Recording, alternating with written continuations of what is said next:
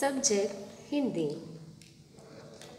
आज हम ग्रामर पढ़ेंगे जिसमें अनुस्वार एवं अनुनासिक पढ़ेंगे।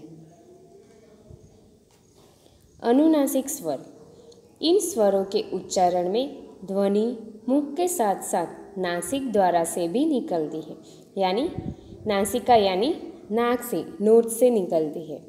अतः अनुनासिकता को प्रकट करने के लिए शिरोरेखा के ऊपर चंद्र बिंदु, यहाँ पे आपको सिंबल दिखाया गया है कि चंद्र बिंदु का उपयोग किया जाता है, परंतु जब शिरोरेखा के ऊपर स्वर की मात्रा भी लगी हो तो सुविधा के लिए स्थान भाव के कारण चंद्र बिंदु की जगह मात्र बिंदु लगा दिया जाता है, जैसे है, क्योंकि, गेंद में आदि एग्जाम्पल है ये सब। अनुनासिक स्वर चंद्र बिंदु और अनुस्वार में अंतर है कि ये दोनों में डिफरेंस है।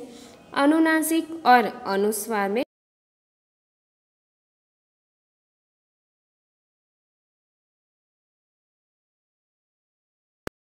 और अनुनासिक के प्रयोग में कहीं कहीं अर्थभेद पाया जाता है, जैसे हंस, हंसना।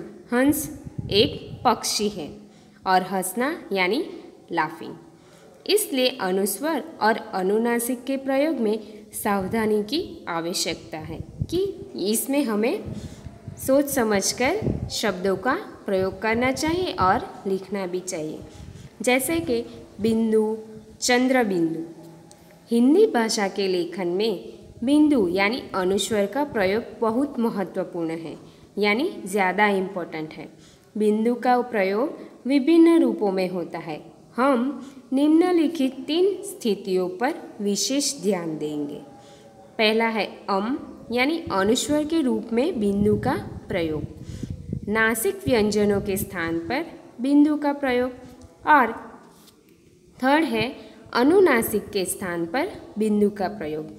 अनुस्वर के रूप में बिंदु का प्रयोग, यानी हिंदी की वर्णमाला में स्वरों के पश्चात 2 आयोग वह आते हैं, अह अनुस्वार, अह विसर्ग। अनुस्वार व विसर्ग का प्रयोग अ आदि स्वरों की सहायता से ही संभव हो सकता है, जैसे कि संताप, अतः। इसलिए शब्द का यदि वर्ण विच्छेद करें तो इसमें श प्लस प्लस त प्लस आ प्लस प प्लस अ वर्ण आते हैं, जैसे कि हमने स्वर संधि में स्वर ध्वनि में सीखा था ना, वैसे ही उच्चारण से ही यह स्पष्ट होता है कि इस शब्द में अनुस्वार का उच्चारण अ प्लस न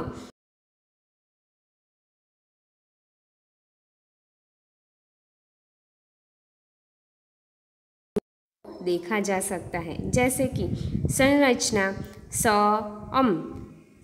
यहाँ पे जो अनुस्वर है, जो अनुस्वर होता है उसके साथ अ न जुड़ा है। फिर र अ च अ न आ रचना। संवाद, तो उसमें भी सेम अ है तो अ के साथ म जुड़ा है। फिर व आ द अ संवाद। संचार, संहार, संचय और संगम, इसमें भी अ के साथ न है, अ के साथ न है, अ के साथ न है और अ के साथ ड है। फिर उसको ध्वनि की गई है, यानी उसके शब्द लिखे गए हैं। की इस विविधता के कारण ही यह नियम बना है कि अंतस्थ य, र, ल, व और ऊष्म यानी जो श, श, स, ह व्यंजनों से पूर्व आने वाले अनुस्वर में बिंदु का प्रयोग होगा। बिंदु के प्रयोग के अन्य उदाहरण हैं, जैसे कि कंगाल, कंठ, कंकाल, खंड, चंड, बंड, छन, गंडा, संवेदना, संवाद, चंपा, चंचल, मंद, रंग, जंजाल, चंदन, सन्यासी, संहार, संशोधन, हंस, संस्कार, संभव, रंग, संशय, संयुक्त, संसार, संबंध, सुंदर, जंगल, ठंड। Next page. नासिकीय व्यंजनों के साथ पर बिंदु का प्रयोग, यानी नासिकीय व्यंजनों का उच्चारण भिन्न भिन्न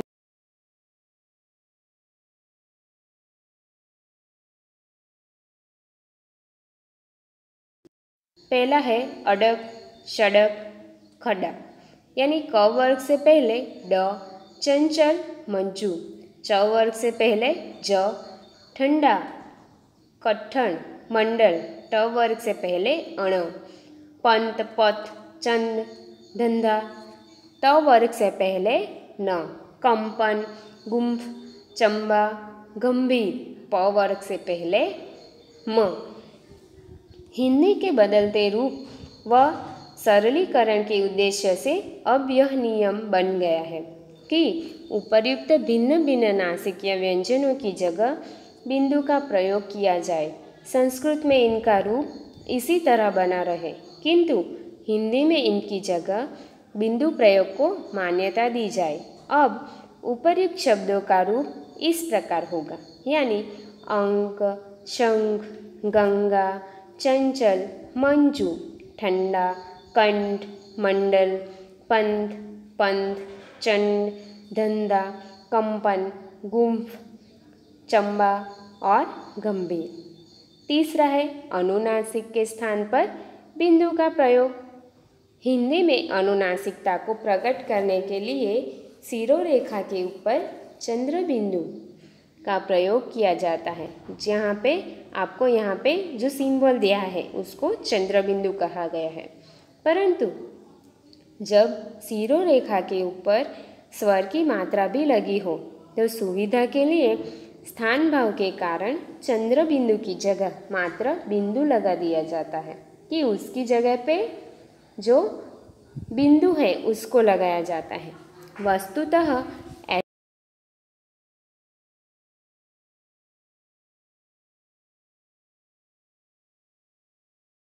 में, छोक आदि ऊपर दिए गए शब्दों में ई, ओ, औ, ए, की मात्राएं हैं। सिंगाड़ा यानी श, ई, घ, अ, ड, आ। कहीं यानी क, अ, ह, ई के ऊपर चंद्र बिंदु है। गोंद यानी ग प्लस ओ के ऊपर चंद्र बिंदु है। फिर द प्लस अ, गोंद। फिर हिंडोला यानी ह, ई, ड, ओ, ल, आ, हिंडोला। फिर मैं तो म के साथ ए है, ए के ऊपर चंद्र बिंदु है। मैं के साथ चंद्र बिंदु है।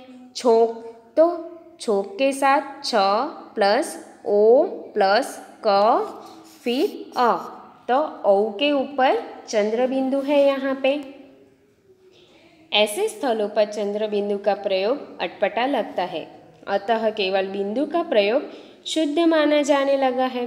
ऊपर के शब्दों को यों लिखा जाना मान्य है। सिंगाड़ा कहीं में गोंद छोक, परंतु अ, आ, उ तथा रू स्वर बोले वाले शब्दों में अनुनासिक अर्थात चंद्र बिंदु का ही प्रयोग होता है, जैसे कि शुद्ध मानक और अशुद्ध अमानक। हंस यानी हंसने की क्रिया और हंस यानी जो पक्षी है वो। अंग और अंग, आंगन और आंगन। शुद्ध यानी कुंवारा, अशुद्ध यानी कुंवारा। खूंटा और खूंटा। घूंघट ये शुद्ध यानी ये राइट है और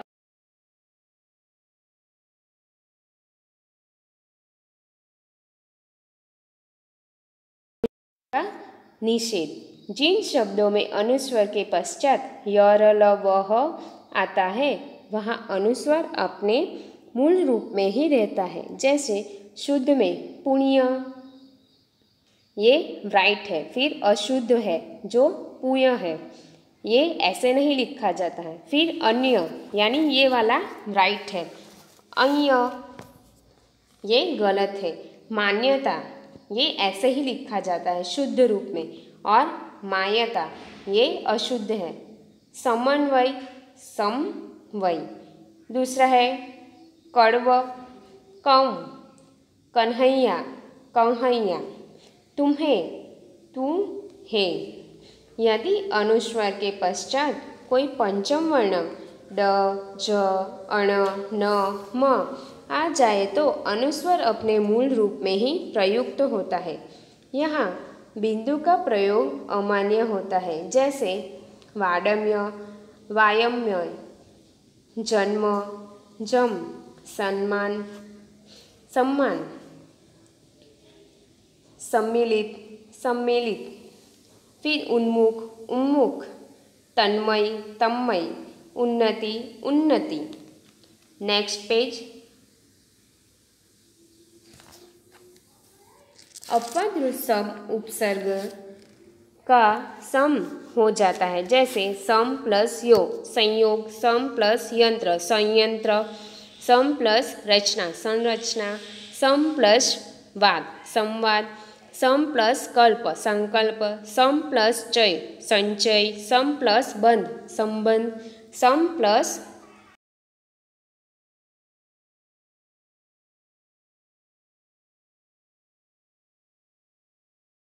तो ऐसे स्थलों पर अनुस्वार का बिंदु नहीं बनता है, जैसे सम प्लस मान, सम्मान और सम्मान,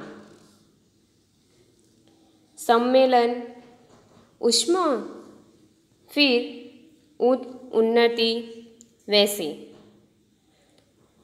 उत्नायक, उन्नायक।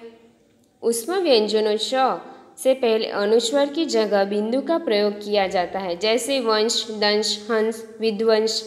अर्धचंद्रकार आगत ध्वनि हिंदी की आगत ध्वनि में से एक है। अर्धचंद्रकार हिंदी में स्थान पाने वाले अंग्रेजी शब्दों में यह ध्वनि प्रयुक्त की जाती है, जैसे कॉलेज, डॉक्टर, फॉर्म। उपर्युक्त शब्दों में प्रयुक्त ध्वनियों का को, डो तथा फो का उच्चारण का, डा, या, फा के समान नहीं है। इन ध्वनियों का उच्चारण आ तथा ओ के बीच का है। इनका उच्चारण करते समय मुंह आधा खुला रहता है। आप भी ट्राई कीजिएगा। अतः हिंदी में इनके उच्चारण को ठीक से व्यक्त करने के लिए अर्धचंद्रकार का प्रयोग किया जाता है। अर्धचंद्रकार के अन्य उदाहरण हैं hot, college, cotton, hall, clock, dollar, form, column. अर्धचंद्र और चंद्रबिंदु में अंतर है। अर्धचंद्रकार व चंद्रबिंदु दोनों ही भिन्न भिन्न ध्वनियाँ हैं कि दोनों में बहुत सा डिफरेंस है। अर्धचंद्रकार अंग्रेजी शब्दों के लिए ही प्रयुक्त है, यानी उसके लिए ही सिर्फ इस्तेमाल होता है, जबकि चंद्रबिंदु हिंदी के लिए अनुनासिक ध्वनि है। इसके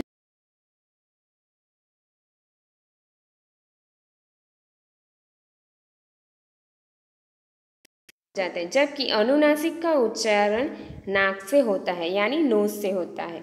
दोनों बिल्कुल भिन्न ध्वनि है, दोनों में बहुत सा डिफरेंस है। अर्धचंद्रकार केवल आ स्वर के ऊपर लगता है, जबकि चंद्रबिंदु केवल उन्हीं स्वरों में लगता है जिनकी मात्रा शिरोरेखा के ऊपर नहीं होती। शब्दों में अंतर को निम्न उदाहरणों द्वारा समझें। अर्धचंद्रकार वाले शब्द, चंद्रबिंदु वाले शब्द, यानी college, cotton, God, for, form, pop, काटा, मुंह, गाँव, फांदना, फाटा, पूछ।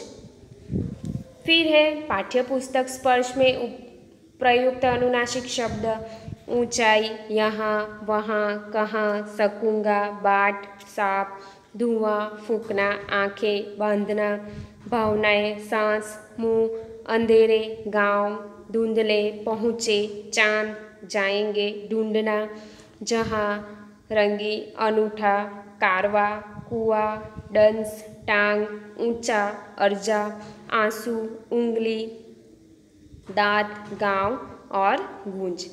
और दूसरे हैं घंटे, अत्यंत, अधिकांश, संक्रमण, परंतु, बिंदु, जो सब अनुस्वर वाले शब्द हैं। अंकित, हिमपुंज, संतुलन, आशंका, ठंडी, तुरंत, बंधन, तंबू, श्रृंगार, निमंत्रण, संभावना, अंदाजा, रंग, अंदर, साइंस, गंदा, पसंद, कंठ, शंख, शंकर स्वतंत्रता, यंत्र क्रांति, तरंग सुंदर, प्रपंच भ्रांति, असंख्य संस्कार।